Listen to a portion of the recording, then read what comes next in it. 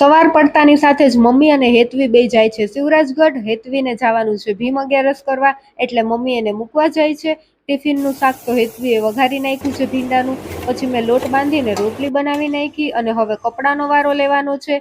થોડાક કપડાં મશીનમાં નાખ્યા અને આટલા હાથે ધોવાના હતા એ બધા કપડાં ધોઈને સૂકવી દીધા. એટલી જ વારમાં તો કામાક્ષી જાગી ગઈ અને મને સીધો આ સવાલ કર્યો, મમ્મી બા ક્યાં ગયા? બા કાકી મજા નથી ને એટલે એને ઘર મૂકવાનું.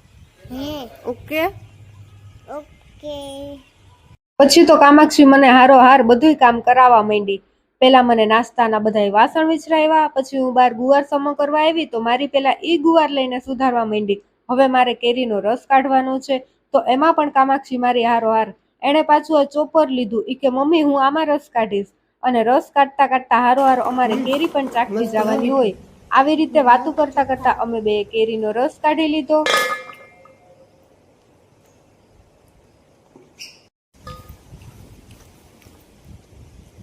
મમ્મી મેં પાછો વિડિયો કર્યો. મસ્ત મજા આવે, મને રસ કાઢવાની બહુ જ મજા આવે, બહુ જ મજા આવે હો. આગળ હું રમકડાથી રમીશ, કેરીનો રસ કાઢીનો નાઈને રમશું અમે હો.